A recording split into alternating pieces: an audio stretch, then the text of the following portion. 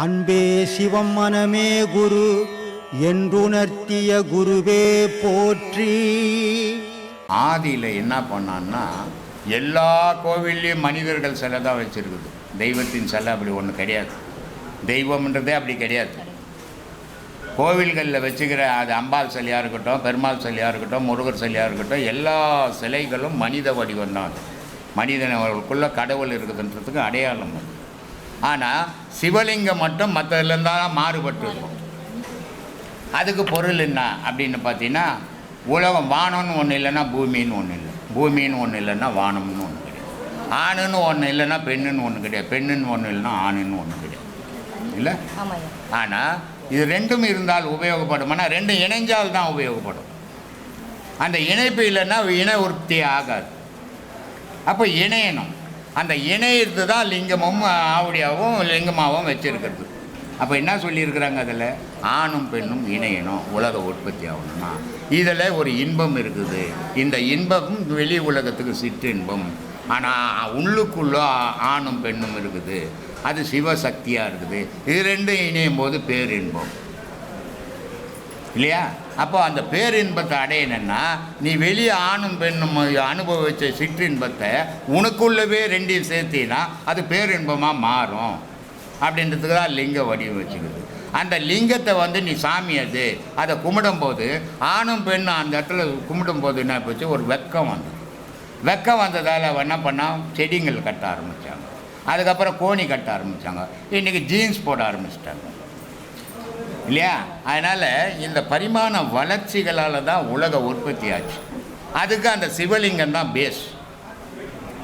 இதெல்லாம் நம்ம தெரியாது. எங்கள் கடவுளை பற்றி தெரிஞ்சுக்குது.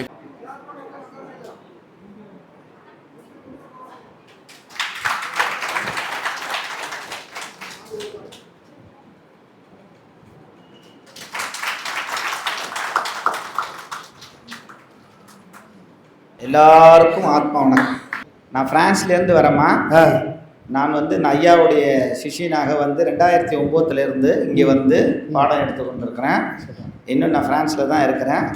இன்றைக்கி இந்த தேதியில் குரு பூர்ணிமாவில் நான் கலந்துக்கினது எல்லாம் என்னுடைய குருநாதனுடைய ஆசியாக. எவன் ஒருவன் தன்னுடைய குருவை பிரதானமாக மனசில் ஏற்றணும்னு நினைக்கிறானோ, அந்த பாடம், அவர் கொடுத்த பாடத்தை தன்னுடைய சிறமேல் எடுத்துக்கொண்டு அவருடைய பதத்தை பிடிச்சாங்கன்னா பாடமே உங்களை வழி நடத்திக்கிட்டு போகும். புரியுதுங்களா? அதனால் அந்த பாடத்துக்கு எவ்வளவு சிறப்பு இருக்குதுன்னு ஒவ்வொரு பாடத்தையும் நீங்கள் அனுபவிக்கும் போது அதனுடைய உணர்வுகள் உங்களுக்கே புரியும். இன்றைக்கி இந்த பூர்ணிமான்றது காரணம் என்னன்னா, ஒவ்வொரு மனுஷனும் தன்னுடைய குருநாதரை எப்படியெல்லாம் போற்றி புகழணுன்றதுக்கு உருவாக்கப்பட்ட நாள். நம்மளுடைய பாம்பாட்டி சித்தர்னு ஒருத்தர் இருந்திருக்காருன்னு நீங்கள் எல்லாரும் பார்த்துருப்பீங்க, கேள்விப்பட்டிருப்பீங்க. அவர் தன்னுடைய குருநாதரான சட்டமுனிநாதர்கிட்ட போய் குருவோட பாடத்தை பெற்றும்போது, இந்த பாடத்தை நான் சொல்லி கொடுப்போம், உன்னால் ஏற்றுக்க முடியுமான்னு கேட்டார். ஐயா, நீங்கள் எதை சொன்னாலும் நான் ஏற்றுக்கிறேன்னு சொன்னார். எந்தவித படிப்பறிவும் இல்லாமல் சாதாரண ஒரு பாம்பை பிடிச்சி கொண்டு தன்னுடைய வாழ்க்கையை கொண்டு போன மனுஷனுக்கு தன்னுடைய குருவுக்கு நிகராக கொண்டாந்து உட்கார வச்சிருக்கிறார். அப்போ நம்ம குரு எப்பேற்பட்டவர் அப்படின்றத எல்லாரும் உணரணும் முதல்ல. அதனால் இந்த குரு பூர்ணிமாவுக்கு அவர் எழுதின முக்கியமான ஒரு 5 பாடலை உங்களுக்கு நான் சொல்லலான்னு இருக்கிறேன். அதில் முதல் பாடலை நாம் குருவை எப்படியெல்லாம் நேசிக்கணுன்றது முதல்ல தெரிஞ்சுக்கணும். முதல்ல உறவாட கற்றுக்கணும் அவர்கிட்ட. காற்றுடன் பொருளானு தந்தமாகவே தானமாகி வாங்குகின்ற எங்கள் சத்குருவினை போற்றி மனம் வாக்கு காயம் 3லும் பொருந்த புகழ்ந்து புகழ்ந்து. அப்போ நீங்கள் எந்த அளவுக்கு அந்த பாடத்தை நீங்கள் செய்கிறீங்களோ அந்த உணர்வு உங்களுக்கு தானாக வரும்போது, என் குருநாதனுடைய புகழை எங்கே பார்த்தாலும் நான் பறைசாற்றணுன்ற ஒவ்வொரு சிஷியனுக்குள்ளும் அந்த உணர்வுகள் தானாக வர வேண்டும். அதுக்கு தான் பாம்பாட்டி சித்தர் சொல்லியிருக்காரு. அப்போ என்னுடைய குருநாதர் எப்படியெல்லாம் எனக்கு சொல்லி கொடுத்துருக்காரு. அப்போ அதேமாரி அங்கே வாழ்ந்து காட்டிய எங்கள் குருநாதர் எங்களுக்கு கொடுத்த பாடத்தில் இந்த அனுபவத்தை நானே அனுபவிச்சிருக்கிறேன். அதனால தான் அழுத்தம் திருத்தமாக சொல்லியிருக்கேன். ஏன்னா நம்ம கொடுத்த குருநாதருடைய ஒவ்வொரு வார்த்தையும் சத்தியமான வார்த்தை. என்ன வார்த்தை? சத்தியத்தில் எவன் ஒருவன் நிற்கின்றானோ அவனுடைய பொருள், அந்த தானம் வாங்கின அந்த பொருளுக்கு அவனுக்கு எந்த பொருளை நீ கொடுக்கிறாயோ அந்த பொருள் திரும்ப உனக்கே வந்து சேரும். புரியுதுங்களா? அப்போ அந்த முதல் பாடலை அந்த மாதிரி பாடியிருக்காரு. அது நிறைய பாடல் பாடியிருக்காரு. என்னுடைய குருவுக்காக அவர் பாடினதை என் குருவுக்காக நான் உங்களுக்கு தெரிவிக்கிறேன். மெய்ப்பொருளை கண்டு மனம் மேவி, மெய்ப்பொருளுக்காக நம்ம எதை அடையணும்னா முதல்ல பாடத்தா என்ன ஐயா சொல்லுவார், நீ சாமியெல்லாம் முதல்ல பார்க்க வேணாம், முதல்ல மனசை தெளிவுபடுத்து, அந்த மனமே உன்னை கொண்டு போய் சாமி கிட்ட சேர்த்துறோம் அப்படின்னு சொல்லுவார். அப்போ இந்த பாடம் வாங்கும்போது என்ன நினைக்கணும்னா, என் குருநாதர் கொடுத்த பாடம், இதை நான் செவ்வனே செய்வேன் அப்படின்னு நீ நினைச்சிங்கன்னா எந்த ஒரு எதிர்பார்ப்போ எந்த ஒரு சிந்தனையோ கற்பனையோ இருக்கக்கூடாது. என் குருநாதர் இந்த பாடத்தை கொடுத்தாரு, நான் செய்கிறேன் அப்படின்னு நீங்கள் செஞ்சீங்கன்னா அதனுடைய பலன் தானாகவே உங்களை வந்து சேரும். அப்போ எந்த மாதிரி அந்த பாடத்தை செய்யணுன்ற வழிமுறையில் அதில் கொஞ்சம் கூட நீங்கள் அப்படி இப்படி தள்ளக்கூடாது. சொன்ன நேரம், சொன்ன மணி, சொன்ன அந்த இதை கரெக்டாக செய்கிறோமான்றத அவ்வளோ ஒரு நெருப்பில் நிற்கிற மாதிரி நிற்கணும். அப்படி நின்னாதான் அதனுடைய பலன் உங்களை தானாக வந்து சேரும். அதுக்கு அவர் அடுத்த பாடலை சொல்கிறாரு, மெய்ப்பொருளை கண்டி மேவி மனம் விரும்பி போதம் பொருள் இன்னதென்று போதனை செய்யும். இப்படியெல்லாம் இருக்கணும்பா, நீ இப்படியெல்லாம் பண்ணணும்பா அப்படின்னு வார்த்தையால் மட்டும் எங்கள் ஐயா சொல்லிட்டு போல, வாழ்ந்து காமிச்சிருக்காரு. அப்போ சொன்னது ஒன்று செய்யறது ஒன்று செய்யறது சாதாரண உலக மார்கள் செய்ய வேண்டியது. சொல்றதே செய்யறது, செய்யறதே சொல்றதுன்றது எங்கள் குருநாதருடைய வேலை. அப்போ அந்த மாதிரி வந்து பூரண சர்க்குரு தான் எங்களை கண்டு ஆடு பாம்பேன்றார். அப்போ எங்கள் சர்க்குருநாதரும் அதே மாதிரி தான். அந்த வழியில் வந்த ஒவ்வொருத்தரும் சொல்லுவாங்க. இப்போ நம்மளுடைய ராமலிங்க பெருமாள் சொல்கிற வாழைக்கு கீழ்கன்ற மாதிரி வாழையடி வாழையாக என்ன மாதிரி நிறைய சர்க்குருநாதர்கள் வருவாங்க. அந்த சர்க்குருநாதர் வழியில் ஏன் சர்க்குருநாதர் வந்திருக்காரு. அப்போ அந்த சர்க்குரு கிட்ட நீங்கள் வந்திருக்கீங்கன்னா இத்தனை ஆன்மாக்களும் புண்ணியம் பண்ண ஆன்மாக்கள்ன்றத முதல்ல தெரிஞ்சுக்கணும். இந்த ஆன்மாக்கள் இங்கே வர்றதுக்கே நீங்கள் ஒரு தனி தபசு செஞ்சுருக்கணும், புண்ணியம் பண்ணியிருக்கணும்.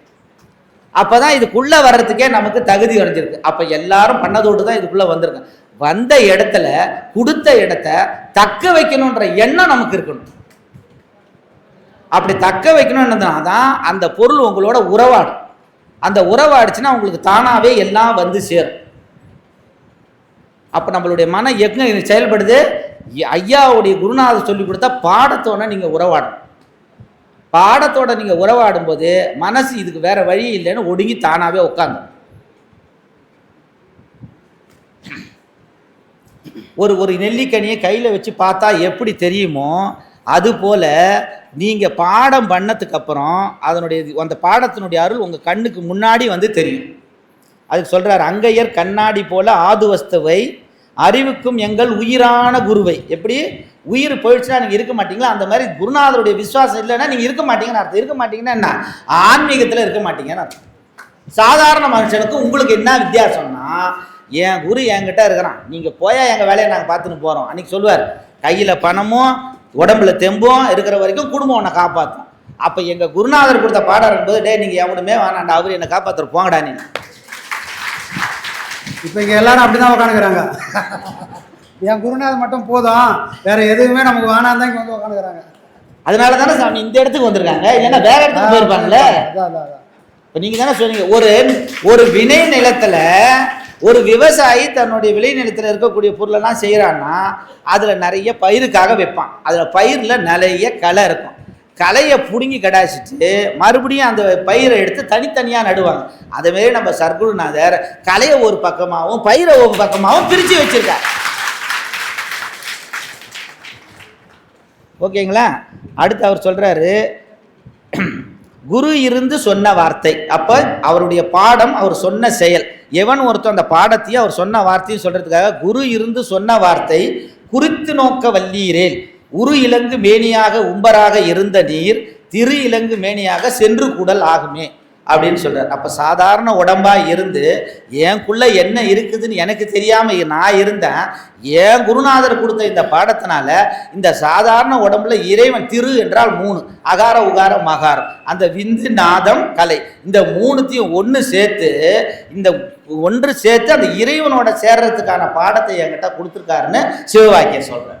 அப்போ எப்படியெல்லாம் ஒவ்வொரு தன்னுடைய வேதத்தில் படித்தவங்களும் சரி, ஞானிகளும் சரி, தபசிகளும் சரி, சித்த பெருமக்களும் சரி, எல்லாரும் தன்னுடைய குருநாதரை போட்டுறாங்க. குருன்றவர் இறைவனுக்கு முன்னாடி, ஏன்னா இறைவன் எங்கே இருக்கிறாரு காட்டுறதே குரு தான். இறைவனே தான் குருவாக வந்து உங்களுக்கு வழியே காட்டுறார்.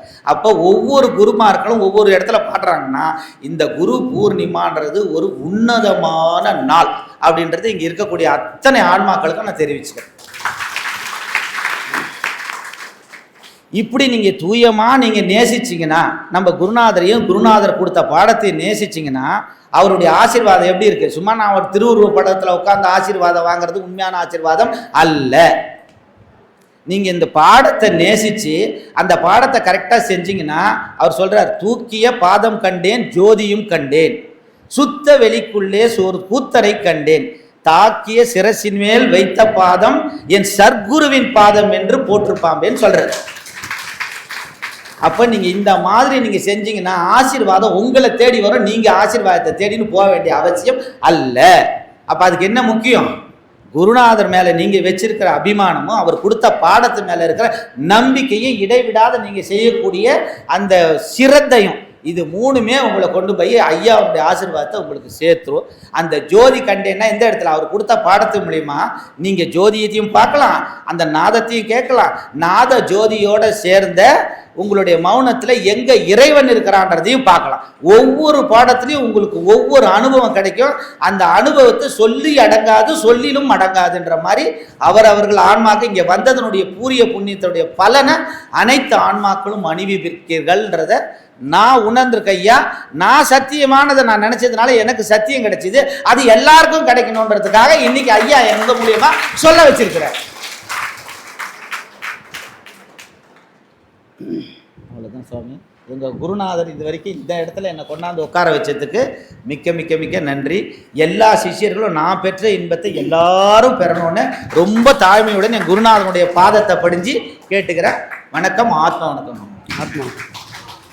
இவர் வருஷத்தில் ஒரு வாட்டி தான் வர முடியும். நம்மளை மாதிரி அப்பப்போ வந்தெல்லாம் போக முடியாது, அதுக்கு வாய்ப்பும் கிடையாது. ஏன்னா அவர் ஒரு வேலையில் இருக்கார், அந்த வேலையை விட்டுட்டுலாம் வர முடியும். அவருக்கு எப்போ லீவு கிடைக்குதோ அப்போ தான் அங்கேருந்து வர முடியும். வரும்போது லட்சக்கணக்கில் செலவாகும். ஆனால் வரும்போதும் கண்டிப்பாக பாடத்தை வாங்கிட்டு போயிடுவார். திரும்பி வந்து டவுட்டெல்லாம் கேட்க முடியாது. எல்லா டவுட்டையும் அன்றைக்கி ஒரு நாளே உட்காந்து பாடம் பண்ணி திரும்ப திரும்ப திரும்ப கேட்பார். ஏன்னா திரும்பி எப்போ வரும்னு தெரியாது. அங்கே போனால் நான் பண்ணுறது கரெக்டாக இல்லைன்னு யார் உட்காந்து பார்க்குறது அப்படின்னு பாடம் வாங்கினா இங்கேயே உட்காந்து பாடத்தை நல்லா பண்ணிவிட்டு நம்மக்கிட்ட செஞ்சு காட்டுவார். சாமி நீங்கள் சொன்ன மாதிரி நான் செய்கிறேன்னா, கரெக்டாக பண்ணுறேன்னா ஒரு வாட்டி பார்த்துக்குங்க அப்படின்னு அவ்வளோ சிரத்தையோட பாடம் வாங்கினால தான் இவர் இவ்வளோ தூரம் இருந்தாலும் இவ்வளோ தெளிவாகவும் இருக்கார்.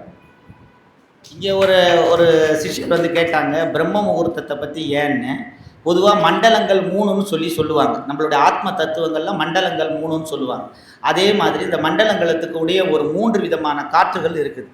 பரபிரம்மத்து மேலே இருக்கக்கூடிய காற்றுக்கு பேர் அமுத காற்றுன்னு பேர். நடுவில் இருக்கிறதுக்கு பேர் வந்து அசுத்த காற்றுன்னு பேர். அதுக்கு நம்மளாம் ஒருத்தவங்க விடுற காற்றெல்லாம் பேய் காற்றுன்னு போயிடும். எவன் நல்லவன், எவன் கட்டவன், எவ்வளோ ஆசைப்படுறவன், எவ்வளோ பேச்சுறவன், இந்த காற்றெல்லாம் ஒருத்தவங்க சுவாசம் பண்ணி இது கீழே சுற்றிக்கிட்டு இருக்கோம். இந்த கீழேந்து இருக்கிற சுத்த காற்றை சுத்தம் பண்ணுறதுக்காக இறைவன் அனுக்கக்கூடிய அந்த அமுத காற்றுன்ற பிரம்ம காற்று அந்த பிரம்ம முகூர்த்தத்தில் கீழே இறங்கும். அப்போ கீழே இறங்கும் போது அதனுடைய சக்தி அதிகமாக இருக்கும். அந்த சக்தியில் நீங்கள் செய்யும்போது உங்களுக்கு அது தூண்டுகோலாக இருக்கும். அதனால தான் அந்த முகூர்த்தம் இறைவனுக்கு உட்பட்ட முகூர்த்தமான பிரம்ம முகூர்த்தம்னு அந்த சிஷ்யைக்கு சொல்ல விரும்புகிறேன். இதை நான் சொல்லலை, ராமலிங்க பெருமான் சொல்லியிருக்கிறேன். கண்டிப்பாக அதைத்தான் இயற்கையே நமக்கு சாதகம் ஆக்கிக்கணும். இயற்கையே இறங்கி வந்து நமக்காக காத்திருக்குது. யார் தன்னை தேடி போகிறாங்களோ அவனுக்கு நானே துணையாக வரம்பா அப்படின்னு அந்த நேரத்தில் காத்திருக்கும்போது நாம் அதை பயன்படுத்திக்கினா நம்மளோட புத்திசாலி உலகத்தை யாராவது இருப்பாங்களான்னா யாரும் இருக்க மாட்டாங்க. அதுதான் ஐயாவும் சொல்ல வராங்க. ஐயா என்ன சொன்னாருன்னா, இறைவனை தேடி நீங்கள் ஒரு அடி எடுத்து வச்சிங்கன்னா 10 எடுத்து முன்னாடி வருவார். அப்போ நீங்கள் எந்த அளவுக்கு அவர் மேலே ஈடுபாடு இருக்கிறீங்களோ அதுக்கு தான் சொல்லுவாங்க எந்த ஒரு வினைக்கும் எதிர்வினை உண்டு அப்படின்னு சொல்லுவாங்க. நீங்கள் ஒரு தரம் எடுத்து வச்சுக்கணும், ஒரு அடி எடுத்து வச்சிங்கன்னா ஐயோ இவன் வரணுன்றதுக்காக தானே நான் இவனை ஊருக்கு அனுப்பிச்சி வச்சேன், அவன் என்னை மறந்து தொலைச்சிட்டானா ஒரு படி வந்திருக்கான், நான் 10 படி வரேன்ட்டு வருவான். சரிதானே சாமி? சந்தோஷம்.